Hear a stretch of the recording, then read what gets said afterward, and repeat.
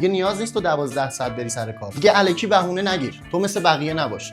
بقیه رو که می‌بینی هر سوالی که ازش می‌پرسی زندگی چطوره، من میگم خدا رو شکر که سالمی. از بقیه فاصله بگیری تا طرز فکرت مثل بقیه نشه. میتونی راحت درآمدهای نسبت 100 میلیون تومان تجربه کنی. خوب میدونی که الان با درآمد ریالی نمیتونی به جایی برسی. یعنی شما ریال در بیاری، روز خرجش نکردی ارزشش میاد پایین‌تر. الان خیلی از کارمندا هستن که شرمنده به زن و بچه‌شونن. خیلی هستن میگن آقا تو ایران سخته، تو بهونه نیار. میتونی خیلی ساده پول در بیاری. دیگه نیاز نیست تو 12 ساعت بری سر کار. توی هر شغلی که هستی، همون شغل تایم کارتو بیار پایین‌تر. یکی از دلایلی که رشد نمی‌کنی به خاطر اینه که یه چارچوب امن دور خودت کشیدی. اگر روزی 10 ساعت 8 ساعت کار می‌کنی، جسمت داره فعالیت می‌کنه، مغزت کار نمی‌کنه. ما تایم کارتو بیار پایین‌تر. به همون شغلی که داری من چند تا ترفند پولساز بخوام بهت بدم، یه پیج اینستاگرام بزن، پیجتو رشد بده، آموزش بده. کانال یوتیوب از پولسازترین کانالاییه که الان شناخته شده. الان اگر واردش بشی یه فرصت برات. وارد بازارهای مالی شو. نقطه ورود و خروج به شما میدن، خرید می‌زنی و تو همون نقطه‌ای که براتون مشخص کردن می‌فروشین، معاملتون رو می‌بندید. می‌تونید درآمد دلاری داشته باشید. طرز فکرتو عوض کن، وگرنه مثل یه آدم معمولی زندگی می‌کنی